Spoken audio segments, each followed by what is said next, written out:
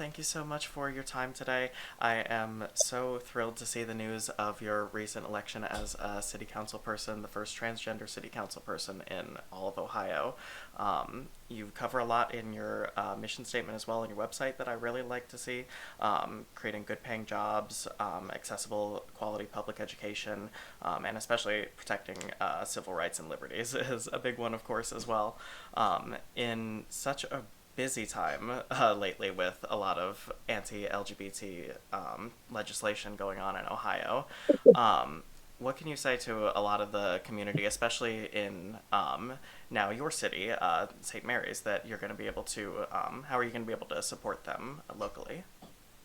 Well, I think for a lot of people, it's understanding that there are people that are listening in their government, whatever level it may be. I wish we could turn everything around overnight. If there was something I could do to stop every anti-LGBT bill from going through, I would do it in 2 seconds without thinking about it. What I can do, though, is be out there leading, get other people, both other LGBT people as well as our allies, and hopefully galvanize that movement to understand that it is going to be a very long fight. And we've got to be prepared for that. But we got to find the joy in the moments of success, and we've got to find the resolve to fight in the moments of failure. And in my particular case, I like to look at it. I just went through and I ran a hard race for the State House of Representatives, and I was proud of every moment that we put into it. And I lost. It happens, but we gave people some hope. But then in the turnaround from that, it raised the profile so that when this position became open and the committee needed to fill that seat, they had no hesitation in appointing me to it. And I even spoke to them before they did the appointment. And I said, "You realize you're about to launch a firestorm." And I was like, I just want to, because as a committee, they're the controlling committee. And I'm like, if you want to walk away from this, I'll give you that option. Nope, we're moving forward. So, I hope that people can see they're good people. That was a group that's not filled with a bunch of trans people or even a bunch of LGBT people in general, but there are good people, even in Ohio, that are sick of the direction that our state has went on all levels of government and want to see us get back to being responsible governing bodies that are there to help people seek out ways who we can help rather than what we've been doing, which is finding who we can hurt. Absolutely. I couldn't agree more, and I absolutely love that at every level. It is so inspiring to see what you're able to do, and especially in Ohio lately, even just this week, just shortly after we had made our meeting, seeing the signing of House Bill 8 into law. Do you have any thoughts directly on House Bill 8 and its effects that it's going to have? Oh, I have plenty of thoughts on House Bill. So, of course, those of us in the community know that House Bill 8 is basically just Ohio's version of the Florida Don't Say Gay bill with a few horrible additions mixed in because, we're Ohio. We're not just going to copy Florida. We're going to see if we can make it worse. Uh, so, we issued I issued a public statement on condemning this legislation, which is a horrible bill. The forced outing of our students, not only is that doing a massive disservice to our teachers, who we are basically asking to violate the principles that they're taking on to be a teacher to protect. It removed provisions that would have said, okay, well, we're going to require this, but not if you think the child might be in danger. No, our legislature said, we don't care if you think the child's in danger. You're going to out them anyway. So my message is really simple. If you're a parent and you're looking at this piece of legislation with its Parents' Bill of Rights label on it, and you're going, well, if my child is trans or gay, I would want to know. I understand that because I'm not a parent, but I would want to know as well. And there's a really, really good solution to that. There's a really good way to make sure as a parent you will know that without having to violate your child's trust and the teacher's responsibility. And that solution is called good parenting. It's called being the type of parent that that a child actually trusts to go to. Because if the child is going to a teacher rather than going to you, then frankly, you need to question as a parent what you have done to make that child feel unsafe to come to you with something that is so incredibly important and personal in their life. Doing this is the type of thing that gets our state more Leela Alcorns, more deaths, more abuse, conversion therapy that people are forced into. And I can't see any reasonable person that can look at this bill and say this is a good idea. Parents' rights are important. I will always support parents' rights, but we also have a responsibility to the rights of the children and youth in our state.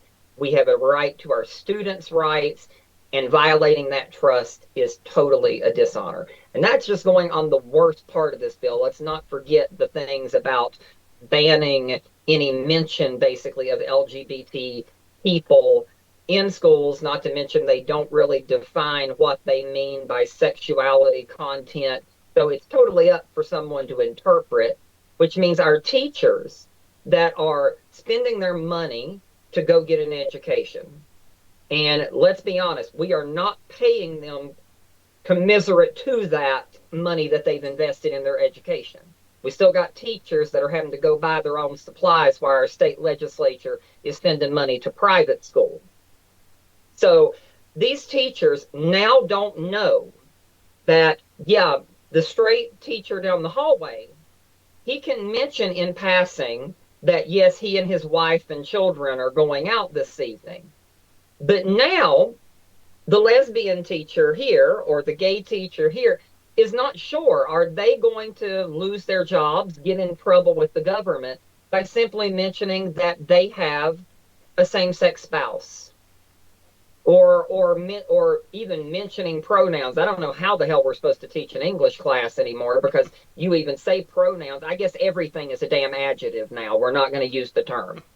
It is a total mess and it is irresponsible. And I'm looking at it in my community as someone who ran for state house, as someone who is now sitting on the city council, and every bill that goes through that state legislature, my question is, who does this help in my community?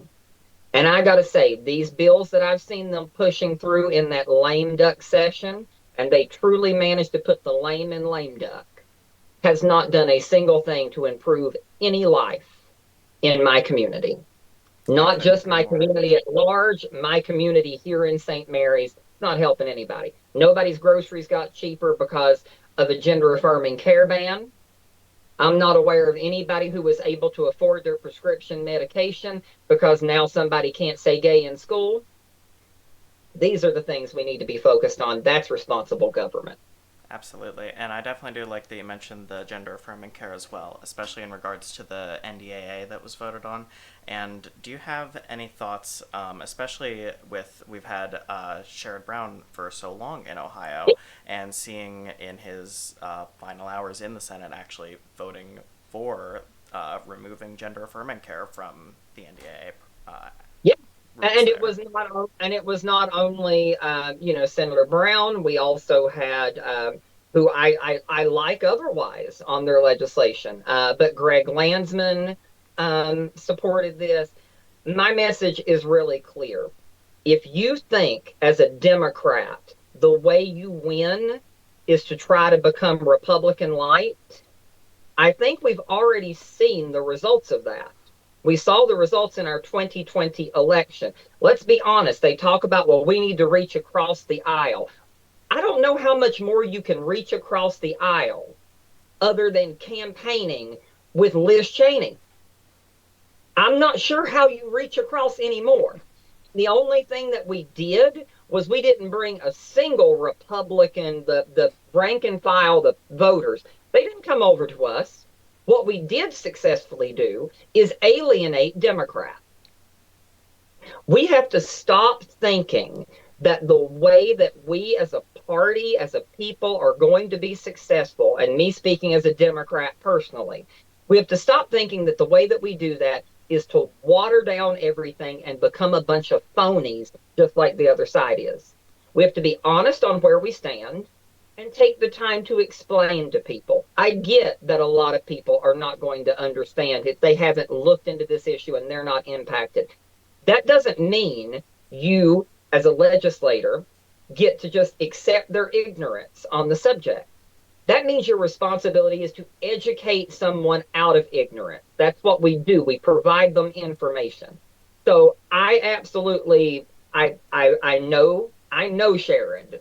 I've talked to him multiple times. I will tell you, Sherrod Brown is a good man. Greg Landsman is a good man. But good people sometimes make very stupid moves. And as Democrats and as trans people, I'm a Democrat and I'm proud of my party and I'll stand up for them. But I'm going to scream out when they make a screw up like this that attacks my community, regardless if it's my own party. And if that makes me on the outside of my own party, then I'll be on the outside banging on the outside of that damn door because Absolutely. we have a responsibility. We are the Definitely. party of freedom, of liberty. And if we're not going to do that in moments like this that we're facing right now, then what we are is a neutered, useless party. And it won't happen on my watch, not for this Democrat. Absolutely, love to hear that. And then, especially in regards then to a lot of the Democrats departing this year, do you have any thoughts on Bernie Moreno's stance on LGBTQ rights? He's definitely shown a little bit of support with gay marriage, but not anything for trans or queer otherwise. So I will just say I don't believe that Bernie Moreno even has any sincere support for gay marriage, anything else. What I see from Bernie Moreno is a chameleon that will take on whatever he thinks is going to be the most politically advantageous for him. So if the GOP decides they're going to go after gay marriage, Bernie Moreno's not going to break from that. He's going to ride that train right along with them. Because, in my personal opinion, Ohio just elected the second biggest phony we've ever elected. The first one is becoming vice president in a few days. So I have no confidence in Bernie Moreno. I welcome him to prove me wrong. Prove me wrong, go up there and focus on economics. Focus on bringing down the price of groceries because all of us can do with that. I don't know if they're aware, but trans people eat too. So bring down grocery prices if that's what you feel like your mandate is. But Absolutely. quit with the distraction politics of going out there and attacking trans people because I am firmly convinced that, yes, there are some true believers in the Republican Party, elected Republicans. But the vast majority of these people, they're not talking about trans issues because they care one bit about trans issues. They're talking about them because they make a really, really great distraction. It's a distraction from the fact that they're going to drain our Social Security. It's a distraction from the fact that they have no plan to, quote, make America great again. Their only plan is to make America hate again. And I that's think Bernie Moreno up and down. I know I have friends that are used car salesmen, so I'm hesitant to use it, but he definitely fit that stereotype mold, that cartoonish figure that will do whatever to make a sale, and he just sold the state of Ohio the biggest lemon of his career. and that was definitely in his. I seeing his political ads around the time, and even just looking around the when I'm just driving around Columbus, seeing ads saying that trans girls playing in girls sports is sinful, and right Yeah, underneath it, a Bernie Moreno advertisement. So I can tell you, I sat in a local radio station doing a live interview during the campaign, and it is a very odd feeling. I wish people would do more of trying to place themselves in our shoes and understand how these moments feel. But I'm sitting and doing an interview about my campaign. There's no mention of me being trans because ultimately that's not really all that important outside of my community. What's more important is what we're actually doing. But then we go to a commercial break. And in the middle of sitting there waiting to come back, I get to hear one of those transphobic ads playing while I'm waiting to come back on live. I don't think people get what we had to deal with over this last election cycle. And I wish, and in some cases, even our allies, our cis, straight, or even our gay allies, don't necessarily understand this because I'm out there every day. I ran a campaign. I put myself open for one attack after another, and I'm good with that. I got thick skin. I can handle it. But I come home and I want to relax. And families all across our state went through this. And I turn on my TV, and every evening while I was sitting there with my husband, I had to watch at least four different transphobic political advertisements come across my TV. I don't think people understand what that feels like to know that in the mind of a certain segment of our population, they have decided that being trans and being an American somehow are incongruent with one another. And they're not.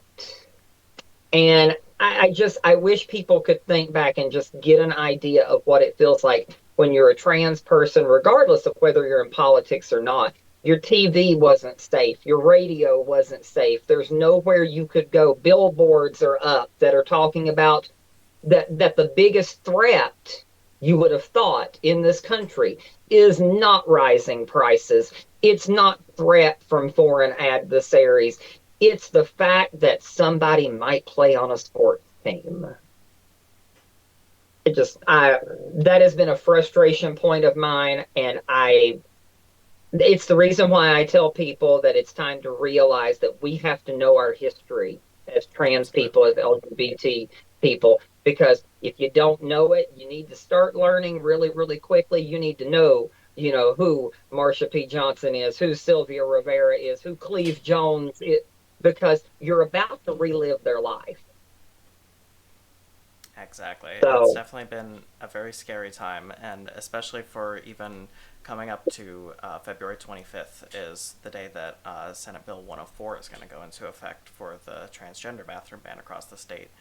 Do you have yes. any word for schools? CCAD, Columbus College of Art and Design here in Columbus, has put out a statement of never enforcing the bill because of its transphobic legislation, and there's not been any word from OSU or a number of other major schools, University of Cincinnati, that we've attempted to reach out to so far.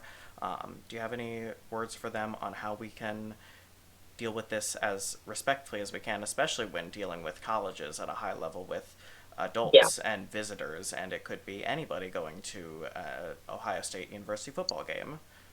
Yeah, and I think Kent Smith, Senator Kent Smith, did a wonderful job of pointing this out during the hearing because this bill is truly a mess. I mean, it's even a mess for a bathroom ban. Like, if your intention was to really even do this, they did a horrible job of even from that perspective. Even if you were wanting to be bigoted, you still screwed it up because it's going to cause so many problems that they're not even taking into account. So I really and truly hope that in hold on one sec. Sorry, No worries. are you okay? Sorry, my husband through the house. Something happened there. No worries. Uh, but I really hope that institutions of higher learning, especially, I hate to put it this way, but when unjust laws exist, as the phrase goes, then I think we have an obligation to ignore them. And in this particular situation, I think that complying with this not only is impossible in most ways, but also is just completely and totally unsafe. And as part of their responsibility, they have to make sure they're keeping this safe for students. And I don't even know how we enforce it anyway. So I think we take a hands off approach. I hope the schools simply say, listen, we're not inspecting documents for people who are going there. If you want to claim that you saw someone who was trans in the bathroom, what are you saying that we should do? Are you saying that we should start having people drop trowel and inspect? Because we're not going to do that either. So I really hope that our high institutions of higher learning will choose to simply, frankly, ignore it. And I hope that lawsuits eventually will be successful. But I have fear on that front as well. And I have fear even if we launch lawsuits, because I'm not convinced we have a friendly court system that is going to look at it honestly. So sometimes I get nervous when I hear about a lawsuit being filed because I wonder, is it going to do us more harm than good? Absolutely, and that was definitely my feeling a lot as well, seeing the Supreme Court case with gender affirming care for the state of Tennessee. And that was definitely a just very horrifying instance of seeing people that aren't in touch with the LGBT community and who don't know the experiences and even just the general transitioning process for transgender people and what we actually go through, and that we don't just decide one day that we want to have a gender changing surgery and we turn around and have, the swap in a singular day. It's a years long process and months long recovery afterwards. Yeah. Yeah, I hope that a lot of these organizations will make sure that they're speaking with people in the community, even organizations that consider themselves allies, um, to make sure that they're being careful that even if they have the right intention, is it the right moment? Because I think there's going to be a pretty robust discussion around that. We all want, it to go to the Supreme Court and be overthrown, but we're at a point where we have to be doing some risk analysis and deciding, do we do better to try to be watchful and careful and even mitigate some of the damage that's done in this moment and hope that we end up in a better situation coming up? Or do we take the risk that this could get completely and totally knocked down by the Supreme Court and set a precedent that could cascade? We don't know. What if, right now we have this mess of a patchwork of states deciding what they want to do. And that's horrible, because civil rights should never be losing my civil rights because I went across a border. But what I'm even more afraid of is something like the Supreme Court issues that and it becomes an issue for the entire country. So that's my concern, and I hope that they'll be careful with that. Can I mute Absolutely. you for 1 second? Yeah, no worries at all.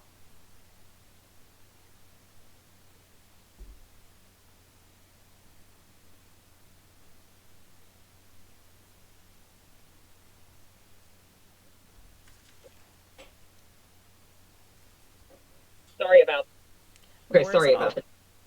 No worries. Okay. And then with that as well, especially with civil rights, even just seeing right behind you for abortion rights, obviously that was voted on just recently in Ohio. And of course, I myself voted for abortion to stay legal in the state of Ohio. And thankfully, a lot of other people did as well. But it is definitely very disappointing to see that it had to be dropped back down to a state's issue after Roe v. Wade. Do you think that anything else? Obviously, we have President-elect Trump saying a lot of restrictions he's going to make already with removing transgender people from the military, removing transgender people from Title IX.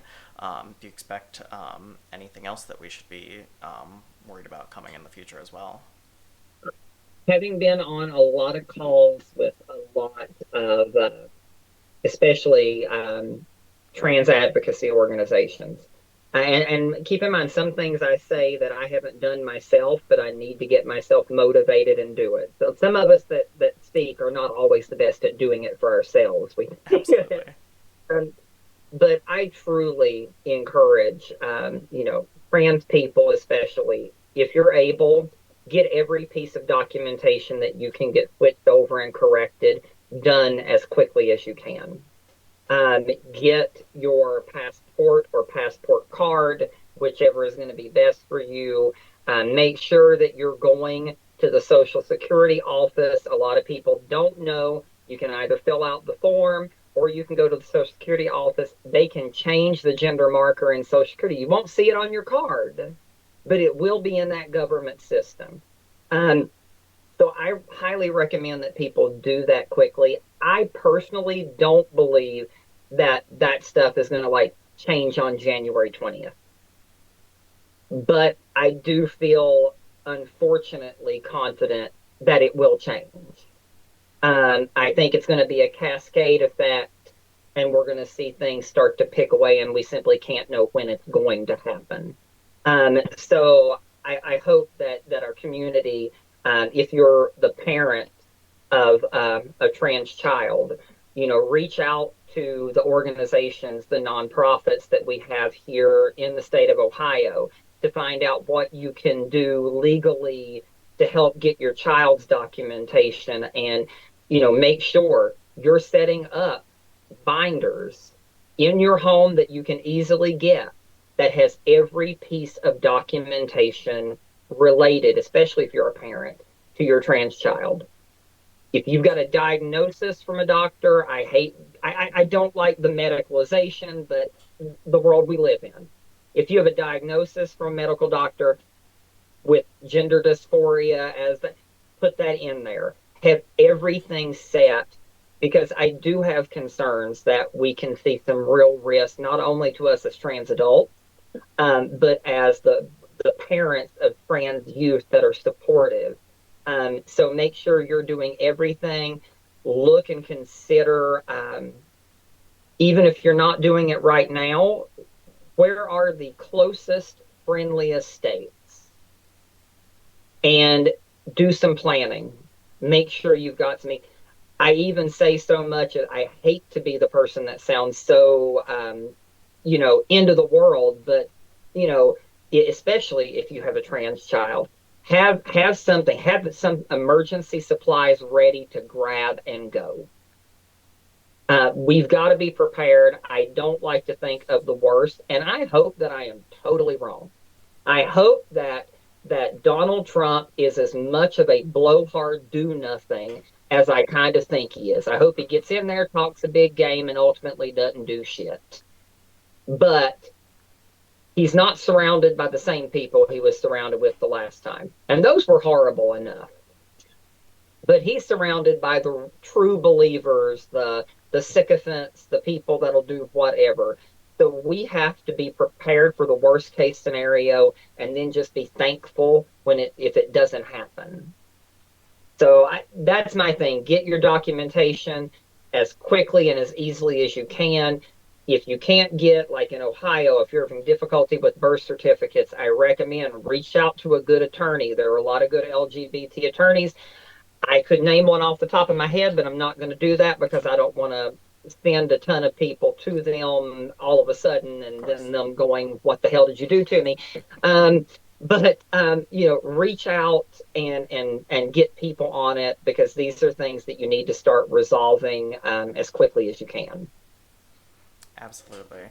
Definitely a very difficult time in that, and as someone myself that's going through just the difficulty with the process right now, just the final thing I need is my birth certificate, and still just working on getting the court documentation sent in. But yeah, just running a little low on time on the meeting here for Zoom, but just Yeah. a couple other things here.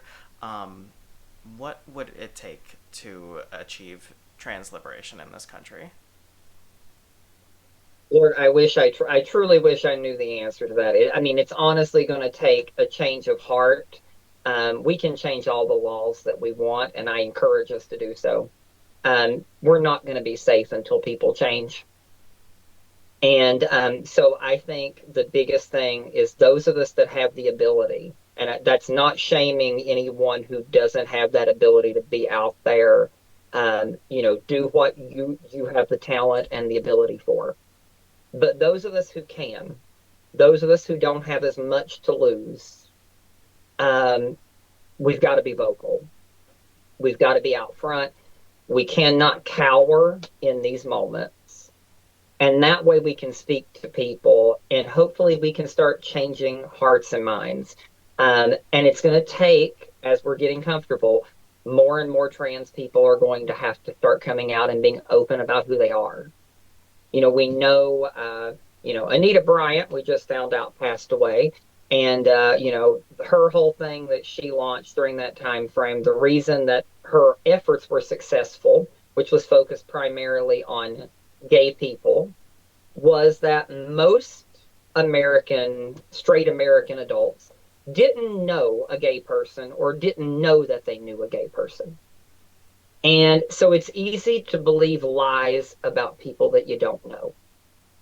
But when people started finding out that the gay person was their son or their daughter or the doctor that they go to all the time that helped them so much or their favorite teacher, it started to break down the ability to spread vicious lies because people started seeing, I know this person. They're not that horrible monster. And that's what it's going to take is visibility, people getting to see in their personal lives that here's a trans person. And I'm hearing about all this stuff about going after kids, and the only thing I see is somebody who is trying to live their life. So I hope more of us coming out, more of us taking the opportunities we have. And if you have the opportunity, you might lose, but run for office. Get involved. You may lose, but let me tell you, somebody who's lost, sometimes losing is also winning because there is media attention, and that media attention means that people hear more trans stories and they get to see more people out in the community, and the people who didn't think they knew a trans person now feel like they do. So we don't have to win elections in order to win in the culture. We just have to be engaged in it. I love that. And definitely looking towards offices is something that I've been looking towards as well, especially with this recent election. The only difficulty myself with Ohio would just be the requirement of needing to show your previous legal name. Yeah. I have noticed that I'd seen that you had some issues with that as well. Do you have any comments for that? I, I definitely had some issues with that. So, if I run for this current seat that I've been appointed to, I will fall under that category. Now, I will not fall under that category when I inevitably run for when I decide to, well, I've already decided, when I run against Angie King, my former competitor, again, because I'll be outside of the 5-year requirement. Um, it's a sacrifice to do this, and you shouldn't have to do it. But I want people to know, number one, the forms have now been changed. So before, not only were they giving us an unfair requirement, they also were not allowing us a way to comply with it because there was no space for dead name and current name on the old form. There is the space now.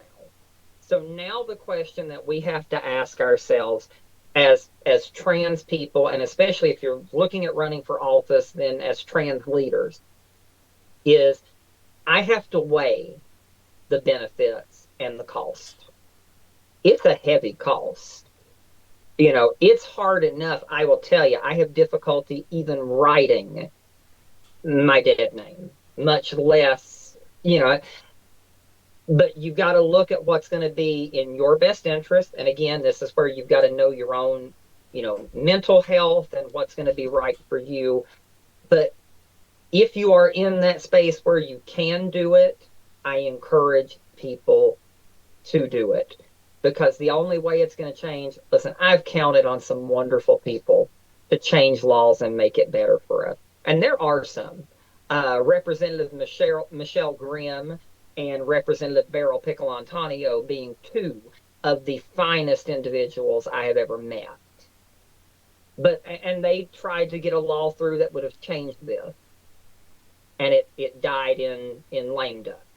Um, but at the end of the day, as trans people, we're going to have to understand that if laws are going to be changed to help us, quit counting on our cis allies to do it.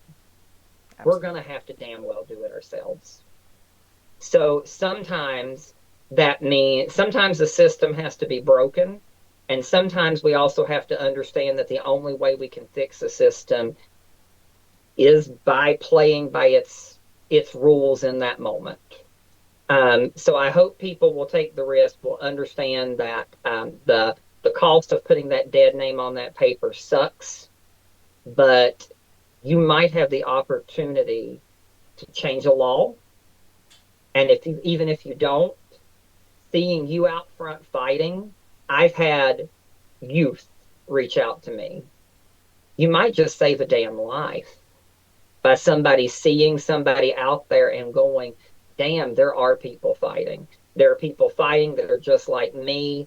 There are people that are fighting for me, that are taking the brunt so that I can maybe have a better future. So it's worth the high cost. Me personally, I'll take it. I'm not shaming anybody who looks at it and goes, it's too high of a cost for me. I get it. But if it's not too high of a cost for you and you are able, hit the ground running.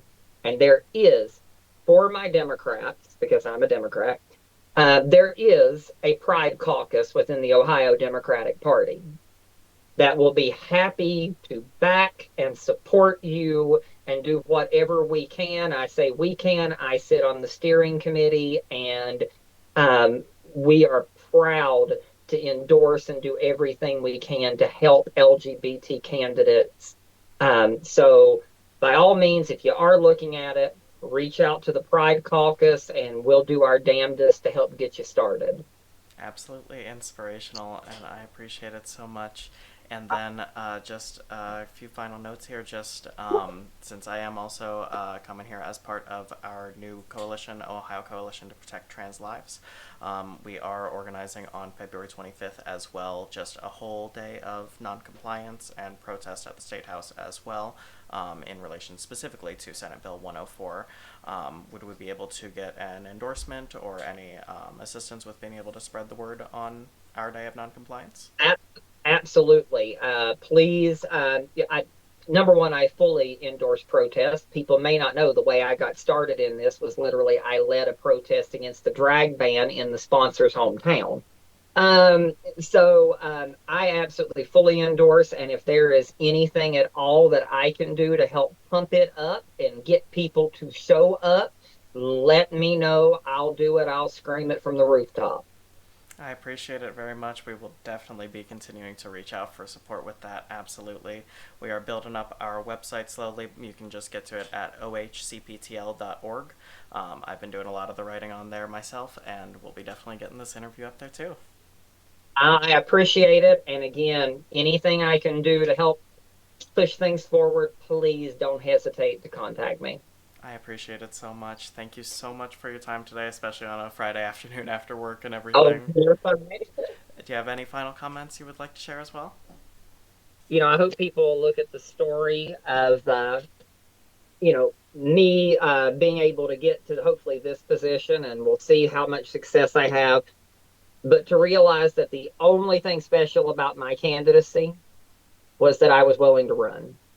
So please do not think I have no.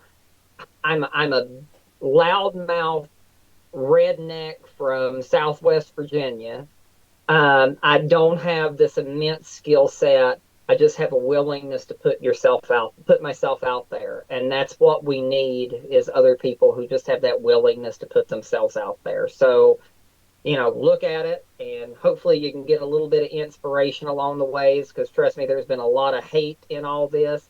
But if you're strong enough, you can pull through it and I'm telling you, every bit of hate you'll get, it's really, really fun once you see them suffer and struggle with trying to figure out how to turn it on you when it rolls like right off your back.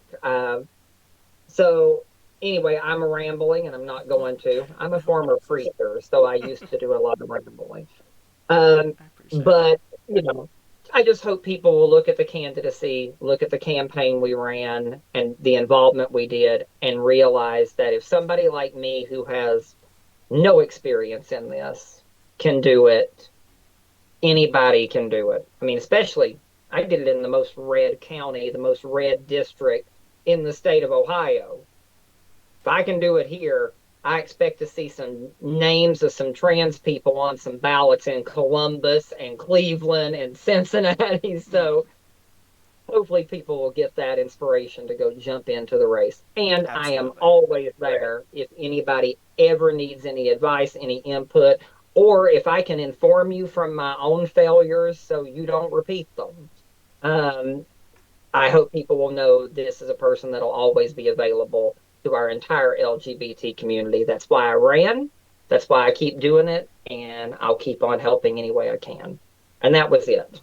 I will definitely take you up on that, and that is so much appreciated and such Oh, inspiration to absolutely. anybody trying to make a change here in Ohio, especially across the entire state. And just kind of my last question, especially with you said you've got no experience, but so have our previous two elected senators. Do you see yourself possibly looking for the Senate seat in 2026 when it opens up, the one that's yet to be filled? Right now, my focus is on state, like the state legislature. My reason being is I'm a firm believer, and I hope people will get very interested in state races. Because if you look around, we do have states that are, our states are a patchwork. They're a patchwork because the thing that most directly impacts your life, even more than the federal government generally, is your state government. I kind of say that, state government is that coffee filter. So it's where everything flows through. And if you got a good filter, you're going to get some good coffee. But sometimes we got some dirty filters sitting there in the pot. And this is what we've got in Ohio. So right now, my focus, a promise that I made in the beginning of this, because my former opponent has sponsored some of the most anti-LGBT legislation and authored much of it in the state of Ohio.